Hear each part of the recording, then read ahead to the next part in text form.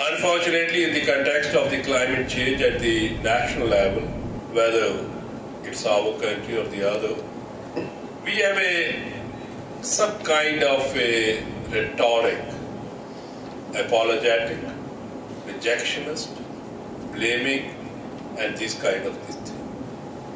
But there's a need that when the problem have identified or puzzle is there, how we move ahead.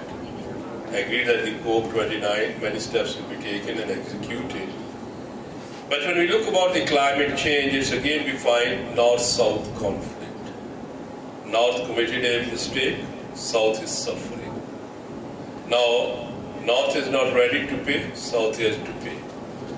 Similarly, when we look about the drought or these kind of the things, with the change of climate, new infrastructure is needed. If you see, floods are recurring in Pakistan, but our infrastructure is not coping.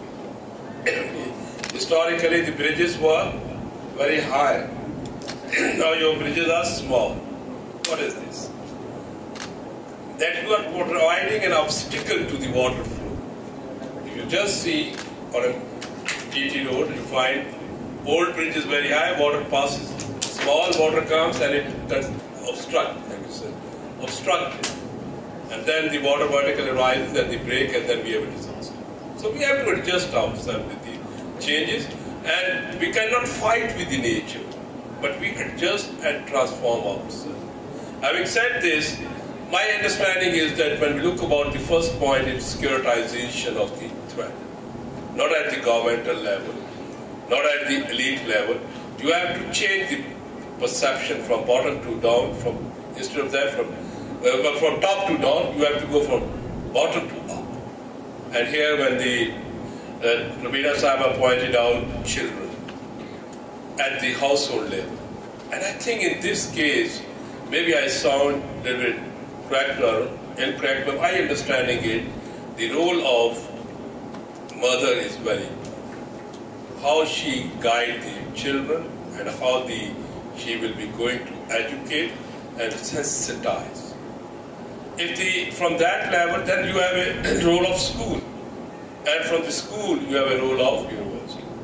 At my age or at the participant's age, it's difficult to change our habits and understandings.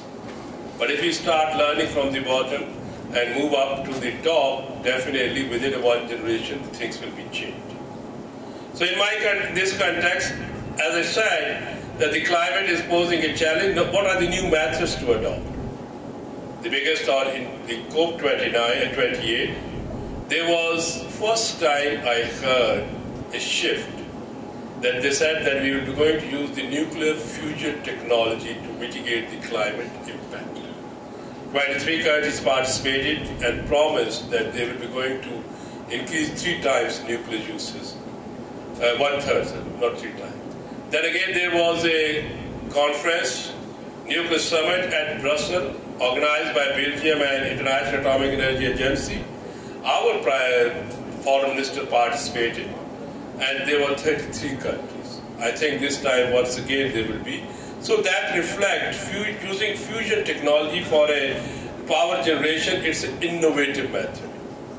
So as I said earlier, that if you have to securitize and go for innovative methods, then we are in a better position to resolve it. Second, in case of Pakistan, as I was just referring to this agriculture technology, we need to change it.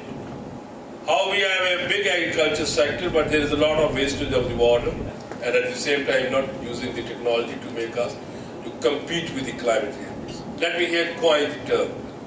Industrial revolution brought a shift in our living standards, very much benign for us, but it became a very damaging for the climate. Now we are in the new era, at the cusp of 4th industrial revolution or 4th technological revolution. At this cusp, why not we can use these innovative technologies or the new emerging technologies to make again climate benign with us, or make us benign to the climate.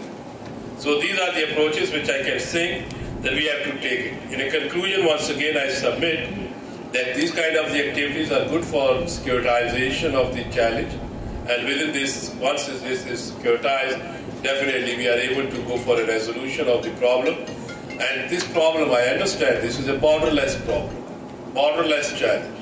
There's a need a collective approach to address the borderland problems. But the problem in this is this borderless problem has a domestic impact.